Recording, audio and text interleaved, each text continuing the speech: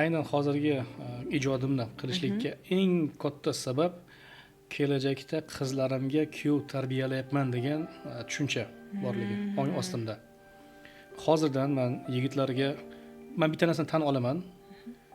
Katta insonlar o'zgartirib bo'lmaydi. Ya'ni 30 yil, masalan 20 yil yashab qo'ygan insonlarga bizni aytayotgan masalan videolarimiz ta'sir qilmasligiga men deyarli 100% ishonaman. Bitta ikkitasi masalan yozib turadi.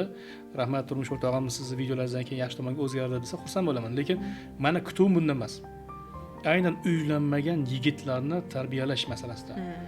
Sizni qizingiz, meni qizim, boshqalarning atrofidagi qizlari mana shu o'zimni qizimga men qanday er, qanday kuyov xohlasam va mana shu mavzularni yoritib borishga harakat qilaman. Ko'pchilik aytadi-da, kommentariyada siz o'zingiz amal qilasizmi deydi. O'zingiz amal qilasizmi deydi.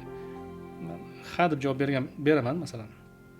Va o'ylaymanki, agar o'zim amal qilmaydigan, o'ylab topilgan qanaqangidir soxta narsalar bo'lganda, bu so'zlarimizda ta'sir kuchini yo'qotardi. O'zim amal qilib boshimdan o'tkazgan narsalarni gapirib berishim juda ham osonda.